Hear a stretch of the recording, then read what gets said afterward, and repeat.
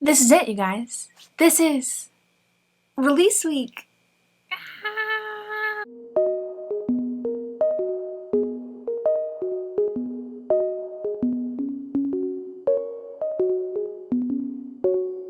I am currently pre-filming this video just because I know release week is going to be absolutely bonkers. So yeah, today is June 9th, so it is exactly 1 week before Out of My League, my fake relationship romance, goes live. You can find a link to this book in the description box below. It's available on Amazon, Apple, Kobo, and Barnes & Noble, and as an ebook or a paperback. If you're new here, hi, hello, I'm Sarah Sutton. I'm an indie author. I self-published my debut novel on January 14th, and Out of My League, I'm going to show it so much in this video, is my second book. In today's video, I'm talking to you guys about why I chose to self-publish Out of My League. This conversation is one that I've talked about here and there, but I wanted to sit down and talk to you guys about it here on YouTube, on this platform, and share why I stopped querying Out of My League, because, spoiler alert, I was querying Out of My League, and why I chose ultimately to go the self-publishing route. But before we get into today's video, please scroll down and tap that like button, and if you're not subscribed, it would mean the world to me if you could tap that subscribe button, join this awesome family, and we'll have so much fun. I'm so excited. There's so many awesome videos coming to you this week. It's going to be insane. So if you're interested in kind of writing related content, self-publishing content, be sure to stick around. So let's give a little backstory on this book in particular. So like I said in the beginning of this video, What Are Friends For was actually my debut novel. However, I wrote Out of My League first. I started writing Out of My League in May of 2017. That was the month before I graduated, and I really wanted to write something that would kind of reflect on my high school years in a sense. I had never written young adult contemporary romance before this point. Up until this point in my life, I liked writing fantasy, paranormal romance, but I never really wrote anything truly contemporary of my own work. I mean, I did write some fan fiction back in the day, some One Direction fan fiction, but to me, this is a bit different. I have never written unique, personal, original young adult. This is kind of a big step for me. So I wrote that book in May of 2017, back before I knew anything about the publishing process. I didn't know anything about the self-publishing process. So I wrote that. I ended up sending it to beta readers January of 2018. And those beta readers were mostly people in my personal life, people who were really interested in seeing how the whole process worked for my personal life. And I had a few friends from Twitter that offered to help me out as well, so they helped me at the beta reading at that point. But I sent it to probably 10 people, and only 2 of them got back with me. That was where I first learned how to go about beta reading the right way. And if you're interested in how I organize my beta reading, I'll have a link in the cards and down below to my beta reading series I just finished. So it's April.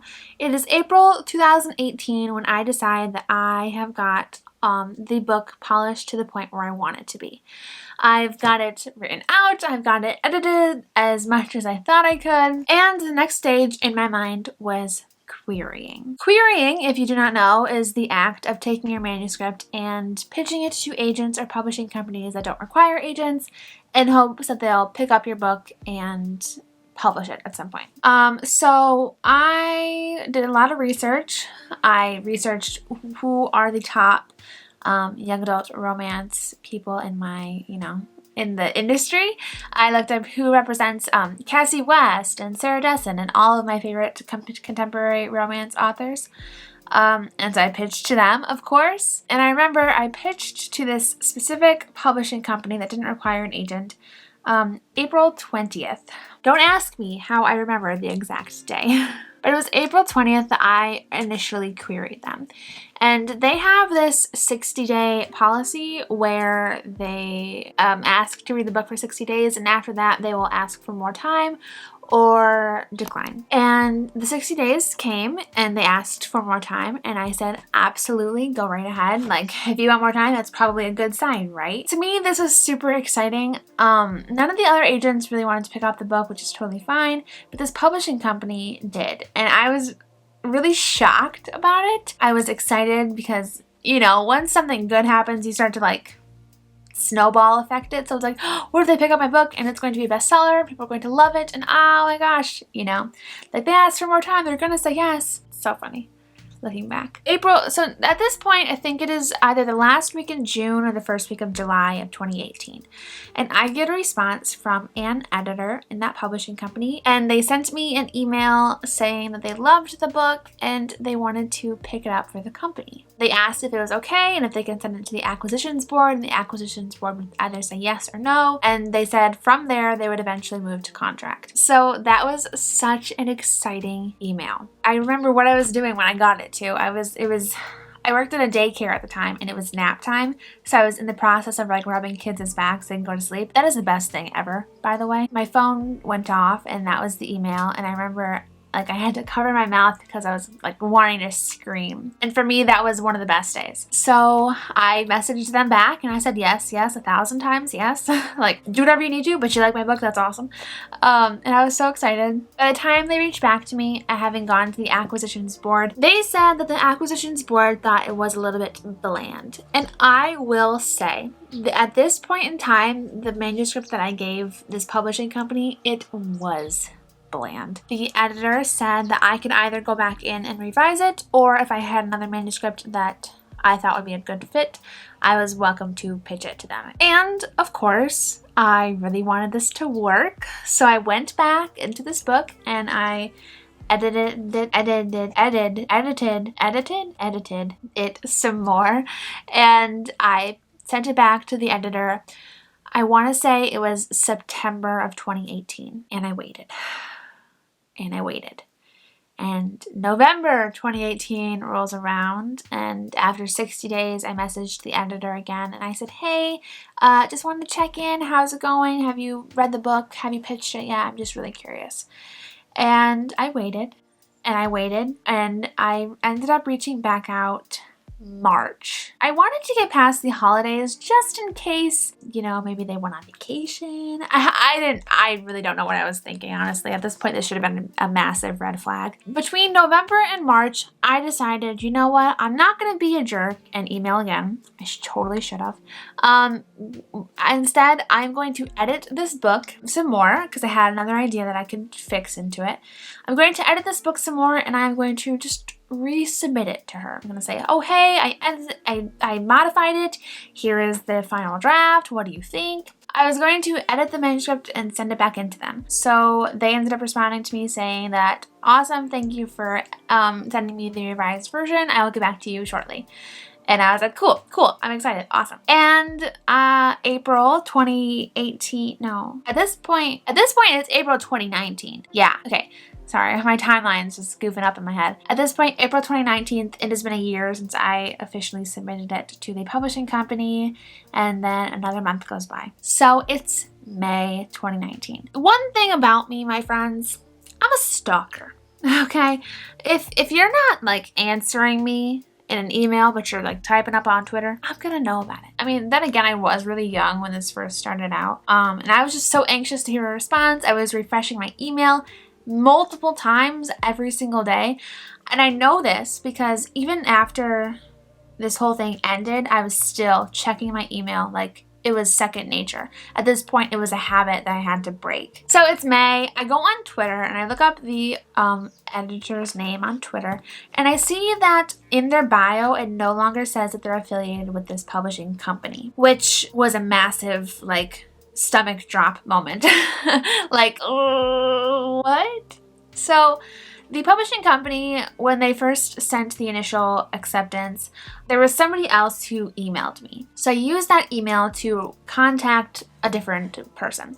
And I said, hello, I hope you're doing well. I just was curious to see if this editor was still with your company. I haven't heard back in a few months regarding my project. I'd like to know what to do next. And that person responded to me and they said that no, the editor is no longer working for this company. Wait a few weeks to see if they reach out to you. They may reach out to you and give you the next steps. And lo and behold, they did not reach out to me.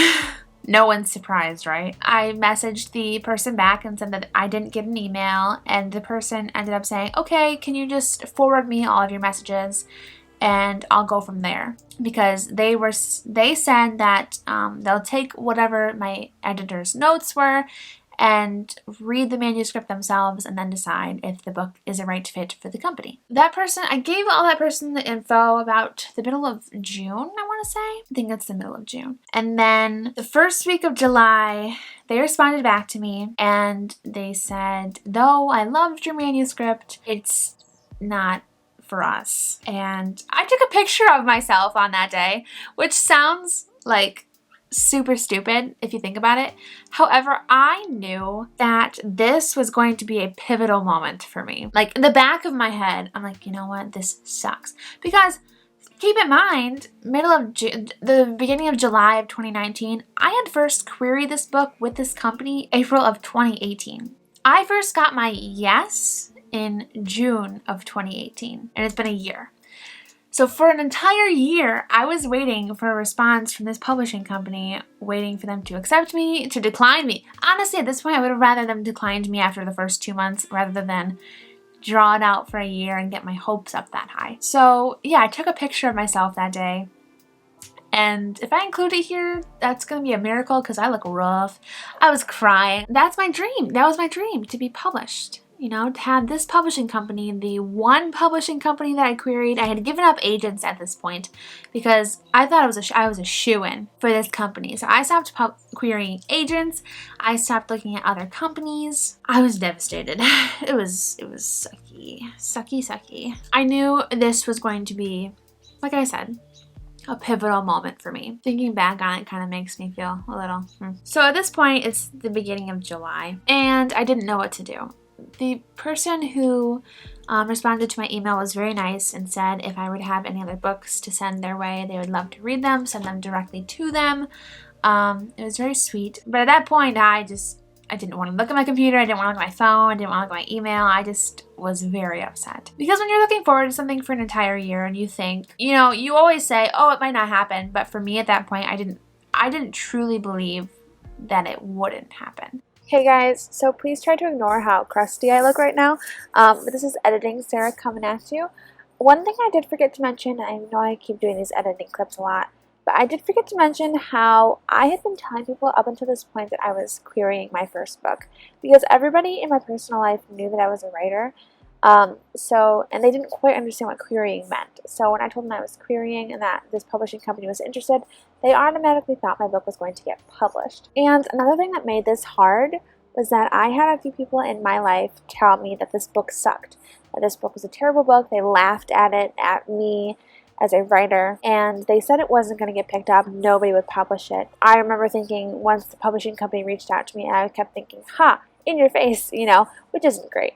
But then once the publishing company rescinded their offer, it was just a, oh my gosh, maybe they were right moment. So the idea of querying was totally out the window at this point because I was just crushed. You know, like to me that didn't make sense that it wouldn't happen. The editor in the beginning sounded so sure of my book. They sounded like they enjoyed my book so much and it really touched their heart. So it was kind of a like, what am I supposed to do moment. Then Sarah Cannon, a self-publishing guru, oh my gosh, and then Authortube here on Authortube, she came out with a self-publishing course called Publish and Thrive. It was in the same week that she came out with that course, that she announced that she was having that course. And I remember being so frustrated, okay, because I didn't want to self-publish, okay?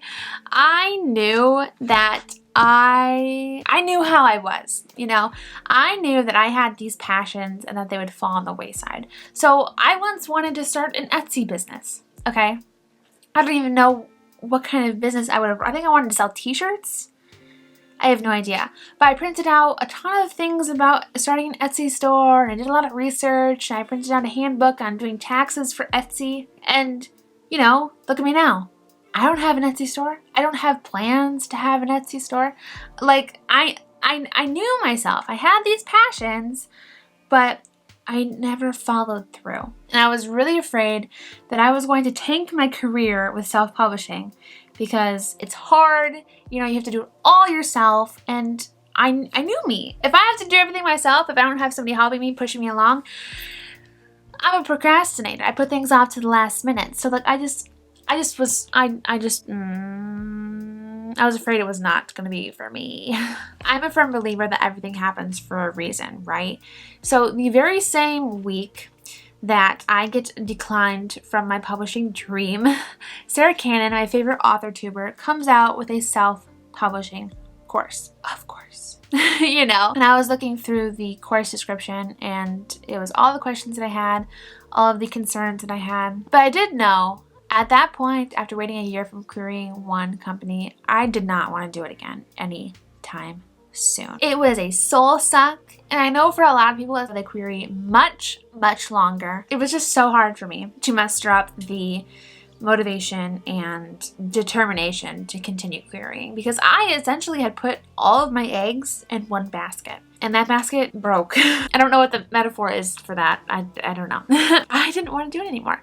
And a part of I almost quick self-published it in the end of July, which would have been a disastrous mistake because I wanted to have the entire length of summer for people to read this book since it is a summer romance. But at the time, it probably wouldn't have even been ready until the middle of August. And for me, that's way too late to be publishing a summer romance. But I did know that I had a winter romance that I was writing. I was initially writing it for fun. What Are Friends For started out as a book just for fun, just for a creative outlet. And at that moment, I'm like, you know, I could just write that book first, self-publish that book first, you know? I mean, I wanted to, at this point, I just wanted to jumpstart my career. I didn't want to wait anymore. I didn't want to query anymore. I didn't want to postpone my writing career any longer. I wanted to dive in. I'm going to be a published writer even if it kills me, okay? I'm taking matters into my own hands at this point. You know, I'm not, take a breath. You're getting too energetic, too excited. I wasn't going to wait anymore. After taking Sarah Cannon's course, I knew that I could do it. It looks like I'm crying, but I swear I just coughed. I knew that I was a girl boss and I could own this.